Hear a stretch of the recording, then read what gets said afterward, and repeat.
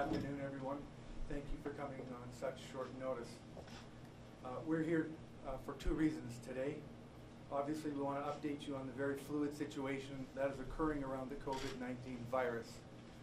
But before we get to that, we need to inform you that today the Calgary Flames family lost one of its greatest team members, Mr. Ken King, our former president and CEO and current vice chair. First and foremost, our thoughts go out to his entire family, his wife Marilyn, his daughters Amanda and Jocelyn, and his 4 lovely grandchildren that he loved so much. Ken was a good friend and mentor to me. To say that I learned a ton from Ken would be a gross understatement, including how to bet on a golf course. He was a very unique individual with an incredible sense of what was right and what was wrong. He taught many of us so many lessons in all aspects of business and life.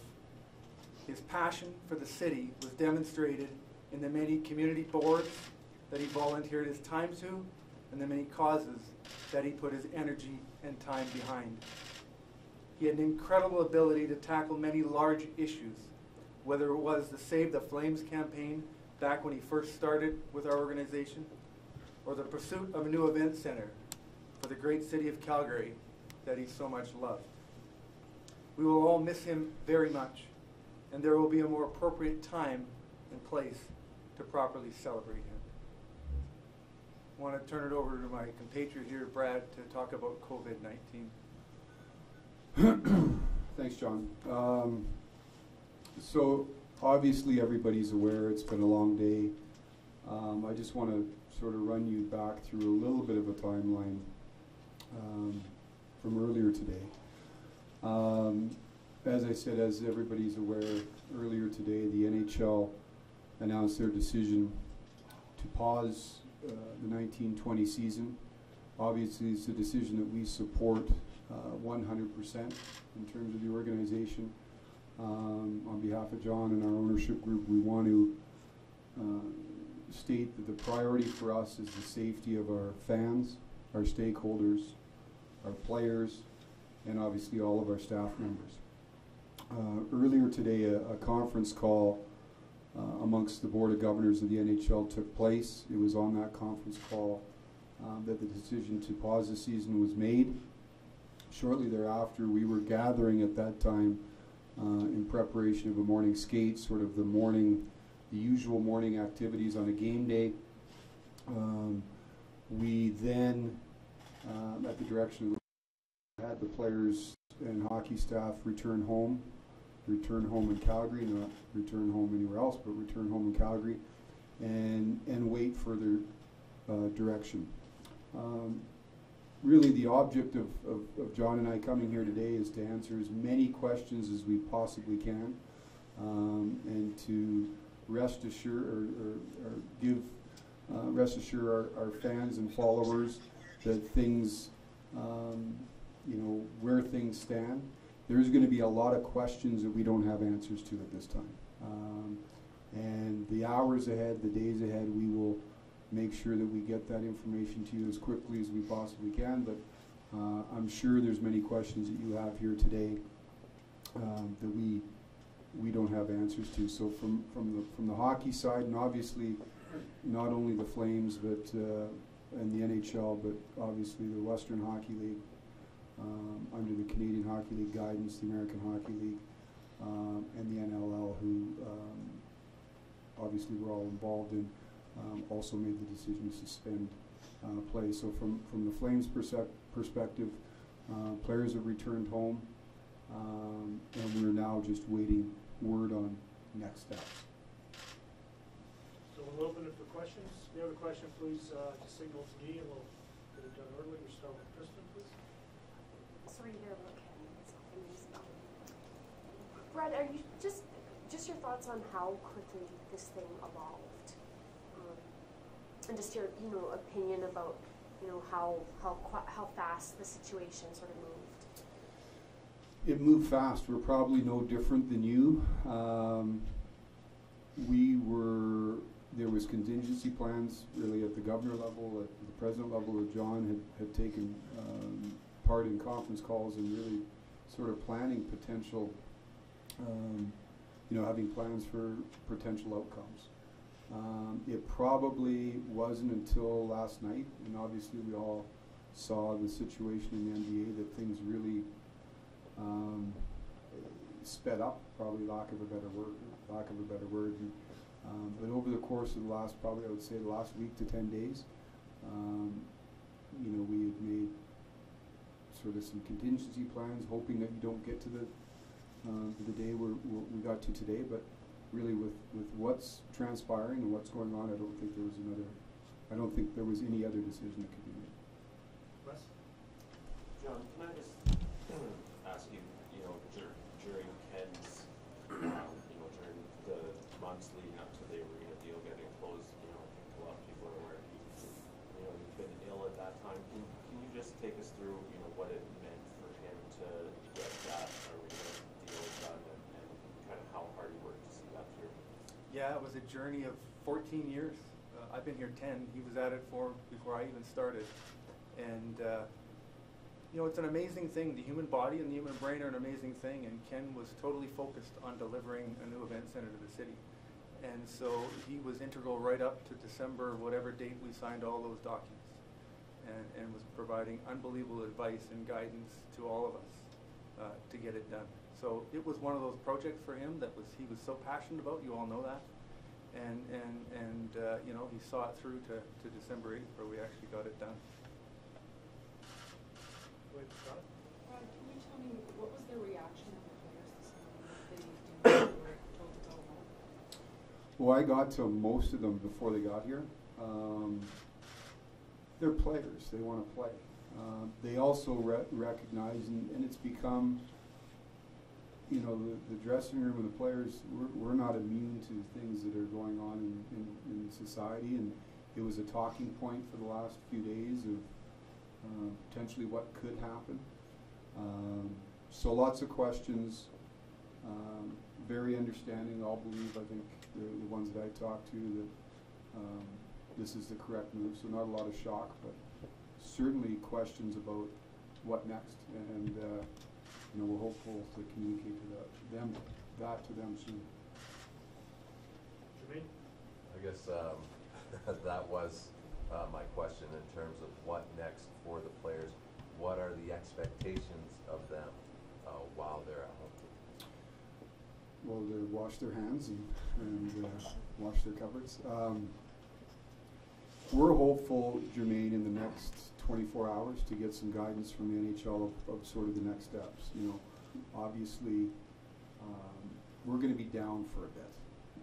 So we're not going to be playing games. But what else can we do? In terms of players training, players skating. Those are sort of the immediate questions that they have, we have, everybody has. So we have to address that, as well as there's all sorts. We've been sitting here all day, sort of making the laundry list of things, that get sort of tied up in this whole thing. So again, probably leaving here with not as many questions and answers as everybody wants, but it's really stay tuned. And so the immediate now is, okay, what are we going to be able to do in terms of getting the players? Are they going to have access to the dressing room? Are they going to have access to the ice? Are they going to, all those types of things? Hopefully, like I said, my expectation is to get some guidance from the league here in the next 24 hours of that. Just a Sammy, followed by Ryan. just a quick follow-up to that, and this might be, like you said, the answers. It might be a philosophical question, but seeing how buildings are being shut down, and how a lot of other teams have their own practice facilities, what would you think would be safer in terms of players finding their own way, or if these areas are under strict control, would they be able to be under the guidance of the organization? Yeah, sure. We'll see is probably the answer, Jermaine. I think any time that we can control the environment, it's better. That you don't necessarily, and it's less traffic, probably the better, but we'll see. And like I said, all those things are backseat right now to making sure that, number one, the priority is making sure that the health and safety of everybody, outside the organization, inside the organization, that gets taken care of first, and we'll figure out, we've got enough smart people to figure out what we do next. Go ahead, Sonny, followed by Ryan and then Harry. This is probably a question for John. Just wondering what the message is to fans right now who are seeking clarity about whether it be refunds for tickets, things like that, and also in terms of staff that work for your organization who might be impacted by the fact there's no games taking place. Will they continue to be compensated? Yeah, so a couple of really good questions, and there's probably 25 more that need to be added. So what we're doing from a fan communication point of view is we have already sent out a first communication to let them know that obviously there's no game tonight. There'll be no Roughneck game tomorrow night. There'll be no Flames game in the building on Saturday, and there'll be no Hitman game on Sunday. So everyone's clear on that. With respect to what's happening to my tickets that I bought, if I'm a season ticket holder, am I a game day buyer, there's a whole litany of questions that we're currently working on, and we're going to develop a frequently asked questions, and we're going to post that on our website. And obviously our staff is diligently working through that as we speak. From a staff point of view, there's a number of HR issues that you'll be dealing with, as most organizations will deal with when you face situations like that. And they're very good questions, and we're working on those now. And we've already communicated to our staff in terms of what's happening in the next 4 days. And then we got to work on a number of answers to some of those questions before we can come back out with an answer. Go ahead, Ryan. John, I know Ken was in recently to visit some of the staff, probably including yourself. I just wonder if he left you with an impression or with a message as you kind of go forward with this, given his health, given your relationship with him, and maybe just overall what he left you with as you go forward. Yeah, you know what, great question, Ryan. There's no magical answer to sort of summarize it in a couple of words. He had an unbelievable drive on every aspect that he undertook. I mean, and I think that's what you leave with, is that he was a large man of stature, right? Almost larger than life, and commanded the room whenever he walked in.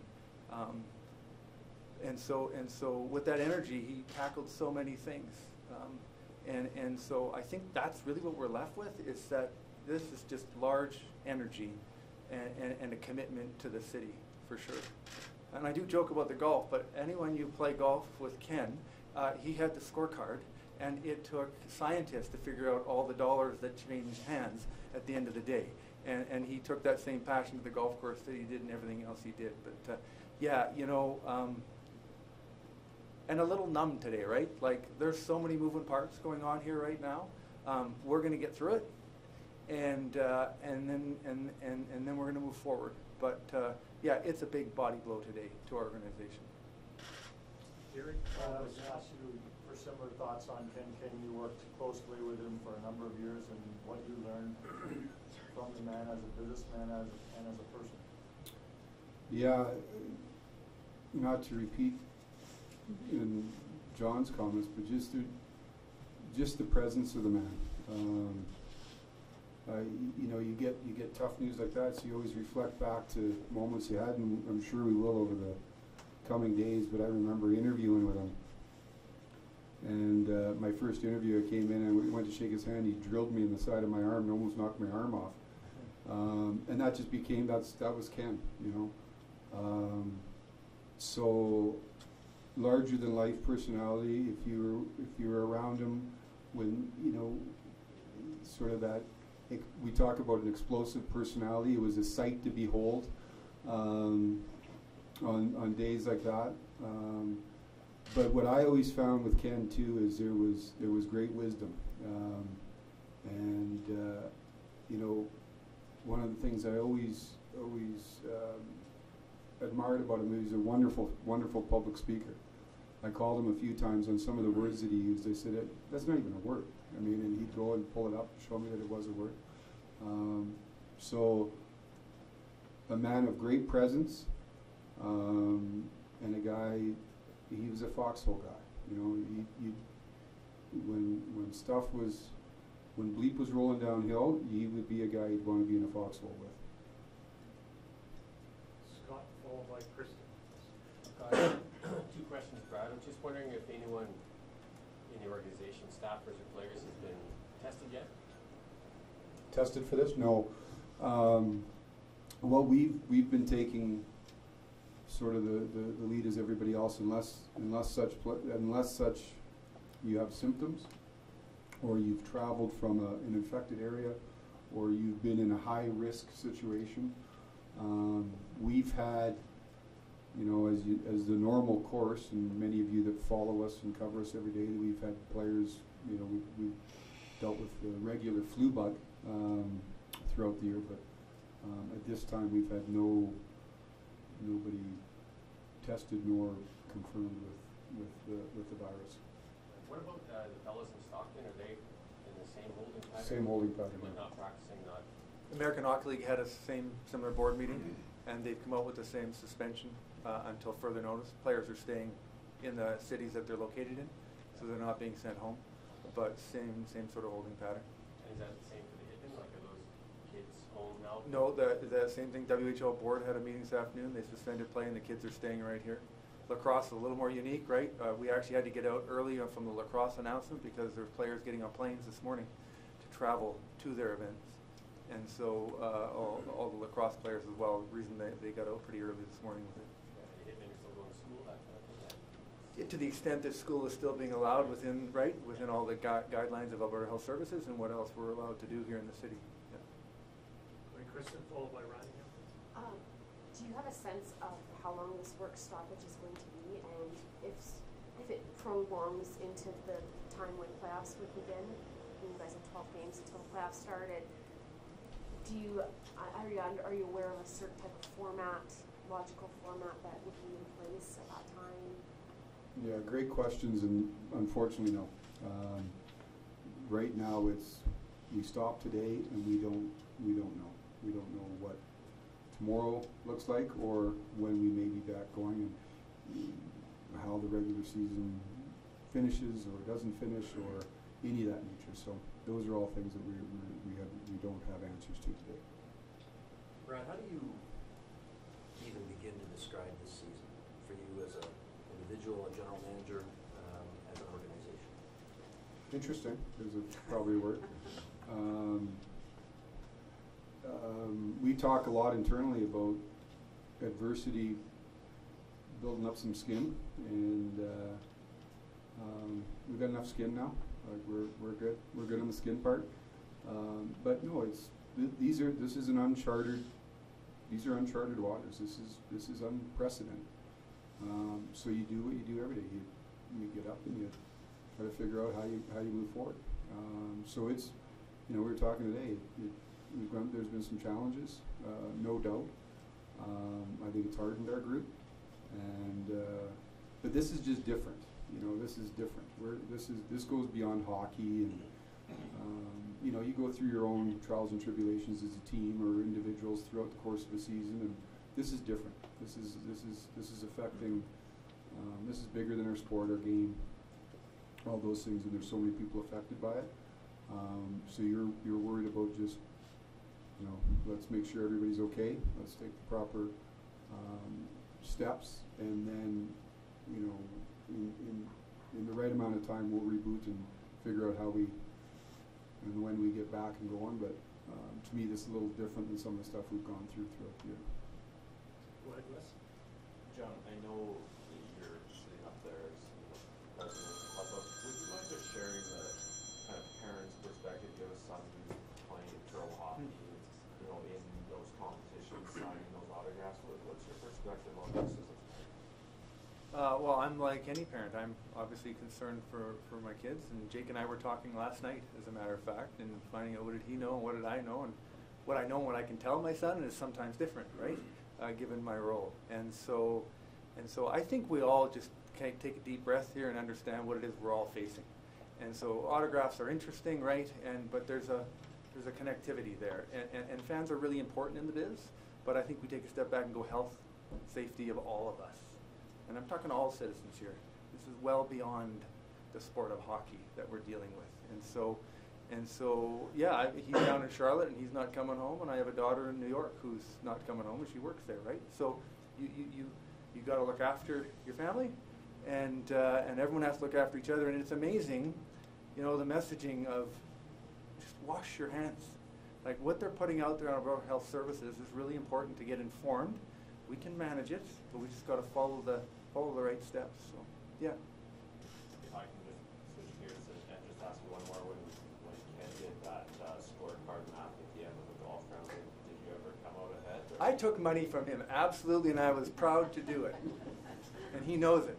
You're the only one. Jermaine, you have a question? Yeah, one on Ken, you mentioned how he was almost larger than life, but I think it's fair to say that he was very private in dealing with what he was dealing with. I guess my question is, did he let you guys in, and how important was it for you to, I guess, keep in contact with him as we on the outside didn't exactly know what was going on? So, you know, Jermaine, great question, and you hit the answer right on the head. Really private matter that actually remains with he and his family. Yeah, I know I was gone. He always loved coming down and seeing the guys.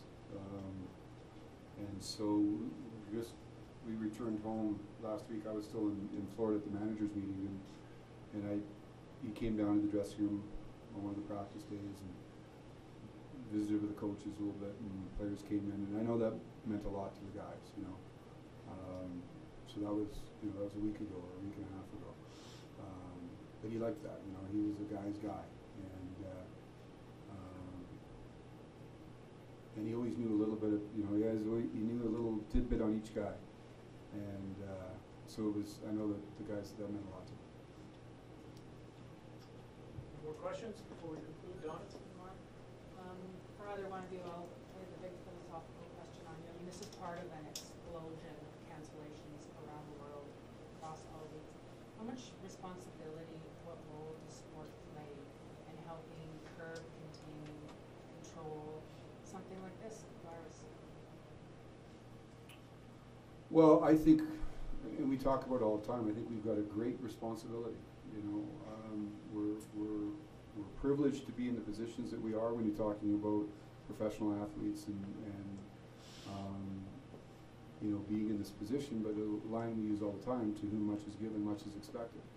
And so I think as John and I talked, I think the whole organization, we've got a role to play as leaders in the organization. And that's why I thought, as much as we get caught in the mundane of our day of, you know, as Kristen was saying, and, you know, playoffs and all this rest of it, there is defining moments where that just stops, and you know there's a bigger cause, a bigger priority, and where true leadership is required. And I think that's one of, you know, that's part of today is giving that message out that what we do we think means a lot, but there's other things more important, and this is much more important. Final question, Kristen. What's next right now? Like tomorrow is the building opened. I mean, people come to work. We have different types of part-time workers that work here. You know, what's sort of, and from a hockey perspective, what's your next step? And from a organizational standpoint. For sure. So we've got a lot of things to work through, right? And so we're in hour 12 or 14 of our day that started a little earlier. Maybe started last night for some of us. So there's a lot of those things we're going to deal with. Clearly, the building's not open, starting after you guys all leave today, and it won't be open for some time. And when it is, we'll be able to communicate that.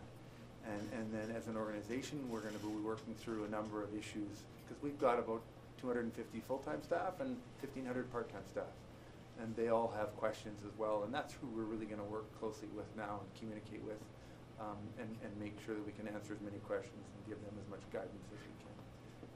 From a hockey standpoint, it's hour by hour. So today, you know, like I said, we had a call with the guys, and I've been in touch with a lot of them, and we will get direction from the NHL of next steps, and we'll communicate that. So you just sort of go hour by hour, and as the situation has been, 24 hours doesn't seem like a long time, but a lot can happen, as we've seen in the last 24 hours. So that's what we'll do. Thank you very much. Thank you. Thank you.